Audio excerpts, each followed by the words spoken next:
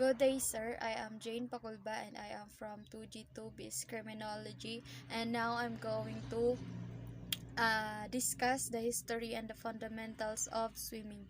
So, history of swimming. Archaeological and other evidences show swimming to have been practiced as early as 2500 BCE in Egypt, and thereafter in Assyrian, Greek, and Roman civilization.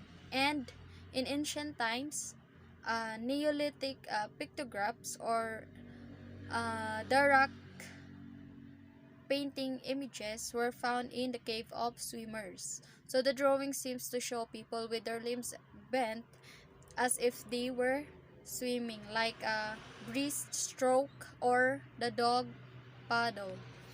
So in 1538, the German professor Nicholas Winman wrote a book called Columbus, where his goal was not exercise but to reduce the dangers of drowning. But the book contained a good approach on how to learn breaststroke and some swimming aids. And then in 1603, the first national swimming organization was established in Japan. The Emperor Go-Yuzei of Japan declared that school children should swim. And in 1696, the French author Thévenot wrote The Art of Swimming, describing a breaststroke very similar to the modern breaststroke.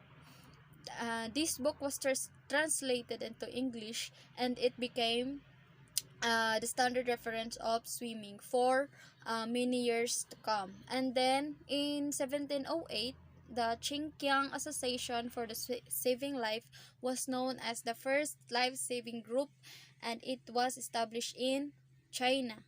Next is in 1716, at the age of 10, Benjamin Franklin invented the swimming fins or paddles. In 1798 naman, Gatsmat wrote a book, Kleins Lichbert der Swimkens zum Selbststanderich, small study, a book of the art of swimming for self-study. Kalisod sa pangalan. Recommending the use of a fishing rod device to aid in the learning of swimming. So his book described these three useful approach. First is the get the student used to water, and then second is the practice the swimming movement out of the water, and then last is the practice of swimming movement in the water. And then next is in 1804, the life belt was invented by W.H. Malleson, the device being known at that time as the seaman's friends. The orange circle one. And the next is in 1873, John Arthur Trajan reintroduced the front crawl to England. So this stroke was then called a Trajan. And then in 1875, Captain Matthew Webb was the first man to swim the English Channel between England and France. So he used breaststroke swimming 21.26 miles or 34.22 kms in 21 hours and 45 minutes. So he died in 1882 while attempting to swim in the Niagara Falls. In 1879, King Louis III of Bavaria built a swimming pool in Castle Linderhof. So this is believed to be the first artificial wave pool and also featured electrically heated water and light. So in 1896, the Olympic Games were held in Athens. There had been 4 events for male only swimming competition, 100 meter, 500 meter, and 1,200 meter freestyle, and 100 meter for sailors. So in 1897, Captain Henry Sheffield designed a rescue can or rescue cylinder, now well known as the life-saving device in Baywatch. The pointed ends made in slide faster though the water although it may cause injuries. So next is in 1908, the World Swimming Association Federation International Natation the Amateur, or the FINA, was formed. So in 1912, women were first allowed to swim in Olympic Games in Stockholm. Competing in the freestyle races, the women's competition were 100-meter freestyle and a 4 by 100-meter freestyle relay. Next is in 1973, the first swimming World Cup was held in Belgrade, Yugoslavia by the FINA, the World Swimming Association. So in 1998, so Binot Licomte swam across the Atlantic Ocean, a total of 5,600 kilometers in 72 days, swimming 6 to 8 hours daily.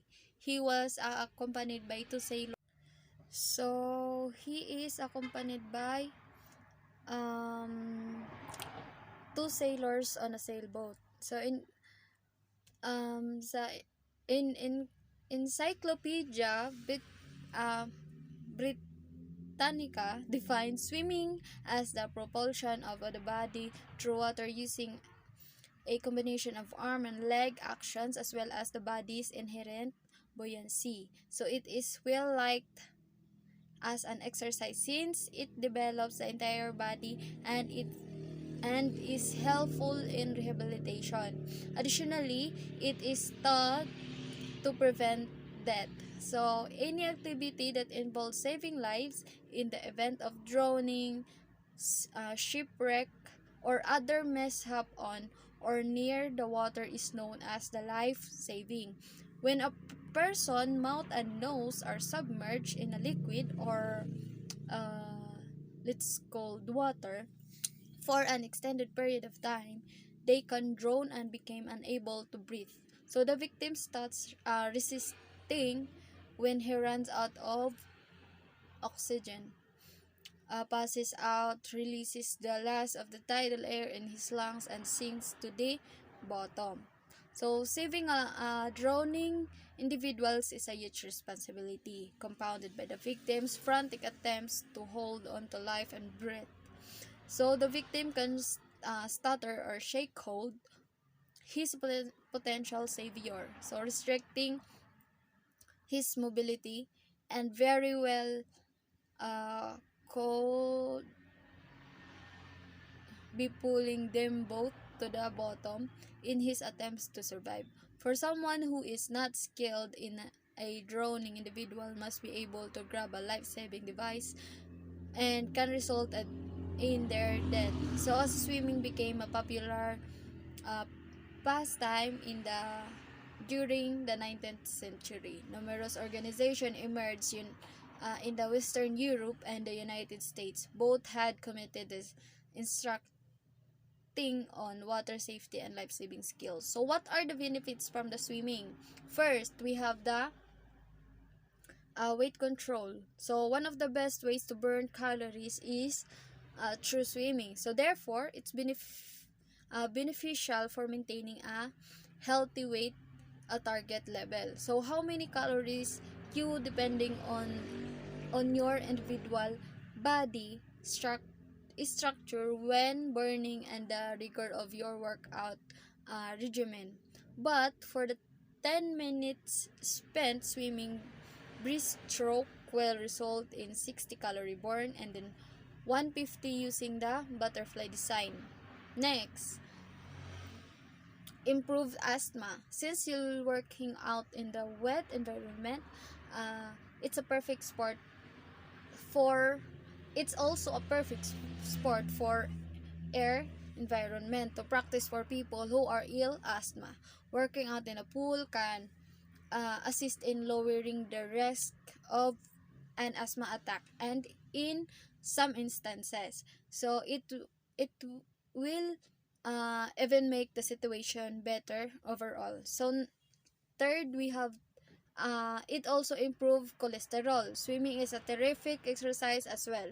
So the proper cholesterol balance as a result of and then it provides aerobic strength.